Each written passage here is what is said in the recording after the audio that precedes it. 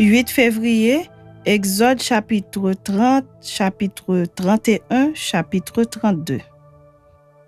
Tu feras un autel pour brûler des parfums, tu le feras de bois d'acacia. Sa longueur sera d'une coudée et sa largeur d'une coudée. Il sera carré et sa hauteur sera de 2 coudées. Tu feras des cornes qui sortiront de l'autel. Tu le couvriras d'or pur, le dessus, les côtés tout autour et les cornes, et tu y feras une bordure d'or tout autour. Tu feras au-dessous de la bordure 2 anneaux d'or aux 2 côtés. Tu en mettras aux 2 côtés pour recevoir les barres qui serviront à le porter. Tu feras les barres de bois d'acacia et tu les couvriras d'or. Tu placeras l'autel en face du voile qui est devant l'arche du témoignage, en face du propitiatoire qui est sur le témoignage et où je me rencontrerai avec toi. Aaron y fera brûler du parfum odoriférant, il en fera brûler chaque matin lorsqu'il préparera les lampes. Il en fera brûler aussi entre les 2 soirs lorsqu'il arrangera les lampes. C'est ainsi que l'on brûlera à perpétuité du parfum devant l'Éternel parmi vos descendants. Vous n'offrirez sur l'autel ni parfum étranger, ni holocauste, ni offrande, et vous n'y répandrez aucune libation. Une fois chaque année, Aaron fera des expiations sur les cornes de l'autel. Avec le sang de la victime expiatoire, il y sera fait des expiations une fois chaque année parmi vos descendants. Ce sera une chose très sainte devant l'Éternel. L'Éternel parla à Moïse et dit: « Lorsque tu compteras les enfants d'Israël pour en faire le dénombrement, chacun d'eux paiera à l'Éternel le rachat de sa personne, afin qu'il ne soit frappé d'aucune plaie lors de ce dénombrement. Voici ce que donneront tous ceux qui sont compris dans le dénombrement. Un demi-cycle, selon le cycle du sanctuaire, qui est de 20 guéras. Un demi-cycle sera le don prélevé pour l'Éternel. Tout homme compris dans le dénombrement, depuis l'âge de 20 ans et au-dessus, paiera le don prélevé pour l'Éternel. Le riche ne paiera pas plus et le pauvre ne paiera pas moins d'un demi-cycle, comme don prélevé pour l'Éternel afin de racheter leur personne. Tu recevras des enfants d'Israël l'argent du rachat et tu l'appliqueras au travail de la tente d'assignation. Ce sera pour les enfants d'Israël un souvenir devant l'Éternel pour le rachat de leur personne. L'Éternel parla à Moïse et dit: « Tu feras une cuve d'airain avec sa base d'airain pour les ablutions. Tu la placeras entre la tente d'assignation et l'autel et tu y mettras de l'eau avec laquelle Aaron et ses fils se laveront les mains et les pieds. Lorsqu'ils entreront dans la tente d'assignation, ils se laveront avec cette eau afin qu'ils ne meurent point. Et aussi lorsqu'ils s'approcheront de l'autel pour faire le service et pour offrir des sacrifices à l'Éternel. Ils se laveront les mains et les pieds afin qu'ils ne meurent point. Ce sera une loi perpétuelle pour Aaron, pour ses fils et pour leurs descendants. » L'Éternel parla à Moïse et dit: « Prends des meilleurs aromates, 500 cycles de myrrhe, de celles qui coulent d'elles-mêmes, la moitié, soit 250 cycles de cinnamome aromatique, 250 cycles de roseau aromatique, 500 cycles de cassis selon le cycle du sanctuaire et un hin d'huile d'olive. Tu feras avec cela une huile pour l'onction sainte, composition de parfum selon l'art du parfumeur. Ce sera l'huile pour l'onction sainte. Tu en oindras la tente d'assignation et l'arche du témoignage, la table et tous ses ustensiles, le chandelier et ses ustensiles, l'autel des parfums, l'autel des holocaustes et tous ses ustensiles, la cuve avec sa base. Tu sanctifieras ces choses et elles seront très saintes. Tout ce qui les touchera sera sanctifié. Tu oindras Aaron et ses fils et tu les sanctifieras pour qu'ils soient à mon service dans le sacerdoce. Tu parleras aux enfants d'Israël et tu diras: « Ce sera pour moi l'huile de l'onction sainte parmi vos descendants. On n'en répandra point sur le corps d'un homme et vous n'en ferez point de semblable dans les mêmes proportions. Elle est sainte et vous la regarderez comme sainte. Quiconque en composera de semblable ou en mettra sur un étranger sera retranché de son peuple. » L'Éternel dit à Moïse: Prends des aromates, du stacté, de l'huile odorant, du galbanum et de l'encens pur en parties égales. Tu feras avec cela un parfum composé selon l'art du parfumeur. Il sera salé, pur et saint. Tu le réduiras en poudre et tu le mettras devant le témoignage dans la tente d'assignation où je me rencontrerai avec toi. Ce sera pour vous une chose très sainte. Vous ne ferez point pour vous de parfum semblable dans les mêmes proportions. Vous le regarderez comme saint et réservé pour l'Éternel. Quiconque en fera de semblable pour le sentir sera retranché de son peuple. L'Éternel parla à Moïse et dit: Sache que j'ai choisi Betsaléel, fils d'Uri, fils de Hur, de la tribu de Juda. Je l'ai rempli de l'Esprit de Dieu, de sagesse, d'intelligence et de savoir pour toutes sortes d'ouvrages. Je l'ai rendu capable de faire des inventions, de travailler l'or, l'argent et l'airain, de graver les pierres à enchâsser, de travailler le bois et d'exécuter toutes sortes d'ouvrages. Et voici, je lui ai donné pour aide Oholiab, fils d'Ahisamak, de la tribu de Dan. J'ai mis de l'intelligence dans l'esprit de tous ceux qui sont habiles pour qu'ils fassent tout ce que je t'ai ordonné. La tente d'assignation, l'arche du témoignage, la propitiatoire qui sera dessus et tous les ustensiles de la tente. La table et ses ustensiles, le chandelier d'or pur et tous ses ustensiles, l'autel des parfums, l'autel des holocaustes et tous ses ustensiles, la cuve avec sa base. Les vêtements d'office, les vêtements sacrés pour le sacrificateur Aaron, les vêtements de ses fils pour les fonctions du sacerdoce. L'huile d'onction et le parfum odoriférant pour le sanctuaire, ils se conformeront à tous les ordres que j'ai donnés. L'Éternel parla à Moïse et dit: Parle aux enfants d'Israël et dis-leur: Vous ne manquerez pas d'observer mes sabbats, car ce sera entre moi et vous, et parmi vos descendants, un signe auquel on connaîtra que je suis l'Éternel qui vous sanctifie. Vous observerez le sabbat, car il sera pour vous une chose sainte. Celui qui le profanera sera puni de mort. Celui qui fera quelque ouvrage ce jour-là sera retranché du milieu de son peuple. On travaillera 6 jours, mais le 7e jour est le sabbat, le jour du repos consacré à l'Éternel. Celui qui fera quelque ouvrage le jour du sabbat sera puni de mort. Les enfants d'Israël observeront le sabbat en le célébrant, eux et leurs descendants, comme une alliance perpétuelle. Ce sera entre moi et les enfants d'Israël un signe qui devra durer à perpétuité. Car en 6 jours, l'Éternel a fait les cieux et la terre, et le 7e jour, il a cessé son œuvre et il s'est reposé. Lorsque l'Éternel eut achevé de parler à Moïse sur la montagne de Sinaï, il lui donna les 2 tables du témoignage, tables de pierre écrites du doigt de Dieu. Chapitre 32. Le peuple, voyant que Moïse tardait à descendre de la montagne, s'assembla autour d'Aaron et lui dit: Allons, fais-nous un Dieu qui marche devant nous, car ce Moïse, cet homme qui nous a fait sortir du pays d'Égypte, nous ne savons ce qu'il est devenu.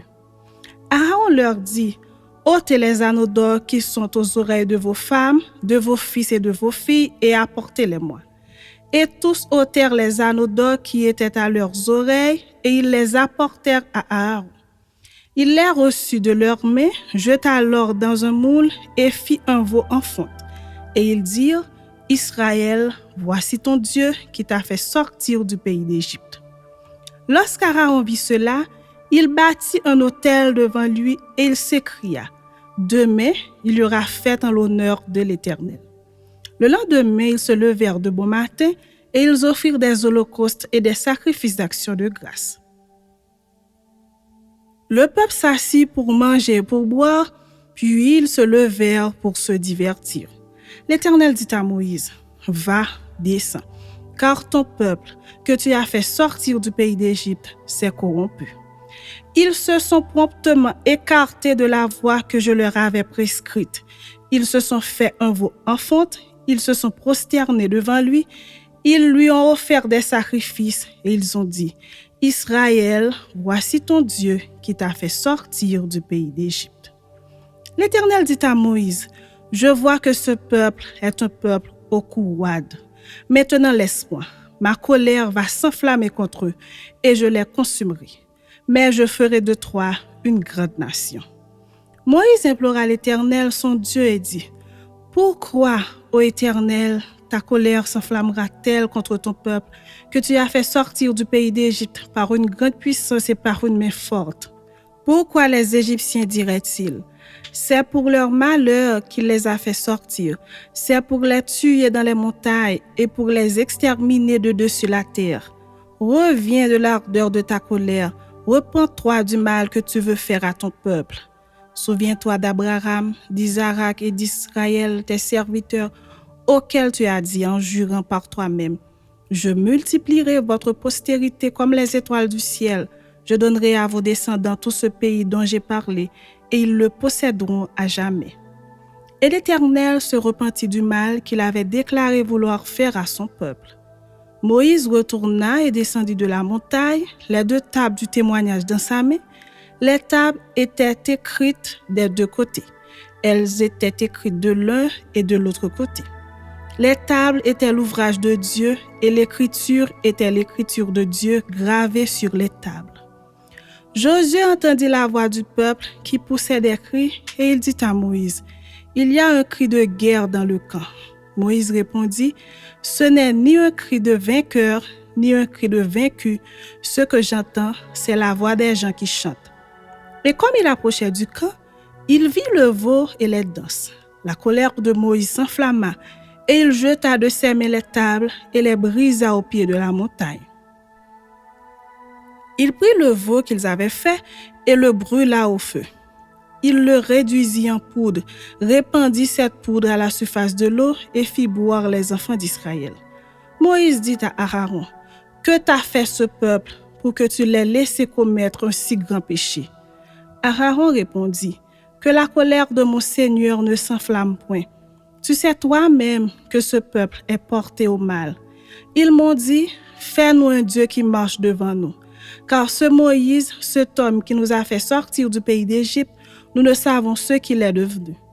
Je leur ai dit que ceux qui ont de l'or s'en dépouillent et ils me l'ont donné. Je l'ai jeté au feu et il en est sorti ce veau. » Moïse vit que le peuple était livré au désordre et qu'Aaron l'avait laissé dans ce désordre, exposé à l'opprobre parmi ses ennemis. Moïse se plaça à la porte du camp et dit, « À moi, ceux qui sont pour l'Éternel, » et tous les enfants de Lévi s'assemblèrent auprès de lui. Il leur dit, « Ainsi parle l'Éternel, le Dieu d'Israël. Que chacun de vous mette son épée au côté, traversez, parcourez le camp d'une porte à l'autre, et que chacun tue son frère, son parent. » Les enfants de Lévi firent ce qu'ordonnait Moïse, et environ 3000 hommes parmi le peuple périrent en cette journée. Moïse dit, « Consacrez-vous aujourd'hui à l'Éternel, même en sacrifiant vos fils et votre frère, afin qu'il vous accorde aujourd'hui une bénédiction. » Le lendemain, Moïse dit au peuple, « Vous avez commis un grand péché. Je vais maintenant monter vers l'Éternel. J'obtiendrai peut-être le pardon de votre péché. » Moïse retourna vers l'Éternel et dit, « Ah, ce peuple a commis un grand péché. Ils se sont fait un Dieu d'or. Pardonne maintenant leurs péchés. Sinon, efface-moi de ton livre que tu as écrit. » L'Éternel dit à Moïse, « C'est celui qui a péché contre moi que j'effacerai de mon livre. Va donc, conduis le peuple où je t'ai dit. Voici mon ange marchera devant toi, mais au jour de ma vengeance, je les punirai de leurs péchés. » L'Éternel frappa le peuple parce qu'il avait fait le veau, fabriqué par Aaron. Chapitre 33. L'Éternel dit à Moïse, « Va, pars d'ici, toi et le peuple que tu as fait sortir du pays d'Égypte. Monte vers le pays que j'ai juré de donner à Abraham, à Isaac et à Jacob en disant, je le donnerai à ta postérité. J'enverrai devant toi un ange, Et je chasserai les Cananéens, les Amoréens, les Essiens, les Phérésiens, les Éviens et les Jébusiens. Monte vers ce pays où coule le lait et le miel. Mais je ne monterai point au milieu de toi de peur que je ne te consume en chemin, car tu es un peuple au cou roide. Lorsque le peuple eut entendu ces sinistres paroles, il fut dans la désolation et personne ne mit ses ornements. Et l'Éternel dit à Moïse, dis aux enfants d'Israël, vous êtes un peuple au cou roide. Si je montais un seul instant au milieu de toi, je te consumerais. Ôte maintenant tes ornements de dessus toi, et je verrai ce que je te ferai. Les enfants d'Israël se dépouillèrent de leurs ornements en s'éloignant du mont Horeb. Moïse prit la tente et la dressa hors du camp à quelque distance. Il l'appela tente d'assignation, et tous ceux qui consultaient l'Éternel allaient vers la tente d'assignation qui était hors du camp. Lorsque Moïse se rendait à la tente, tout le peuple se levait. Chacun se tenait à l'entrée de sa tente et suivait des yeux Moïse jusqu'à ce qu'il fût entré dans la tente. Et lorsque Moïse était entré dans la tente, la colonne de nuée descendait et s'arrêtait à l'entrée de la tente, et l'Éternel parlait avec Moïse. Tout le peuple voyait la colonne de nuée qui s'arrêtait à l'entrée de la tente. Tout le peuple se levait et se prosternait à l'entrée de sa tente. L'Éternel parlait avec Moïse face à face comme un homme parle à son ami. Puis Moïse retournait au camp. Mais son jeune serviteur Josué, fils de Nun, ne sortait pas du milieu de la tente. Moïse dit à l'Éternel, « Voici, tu me dis, fais monter ce peuple, et tu ne me fais pas connaître qui tu enverras avec moi. Cependant tu as dit, je te connais par ton nom, et tu as trouvé grâce à mes yeux. Maintenant, si j'ai trouvé grâce à tes yeux, fais-moi connaître tes voies.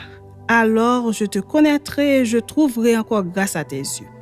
Considère que cette nation est ton peuple. » L'Éternel répondit, « Je marcherai moi-même avec toi et je te donnerai du repos. » Moïse lui dit, « Si tu ne marches pas toi-même avec nous, ne nous fais point partir d'ici.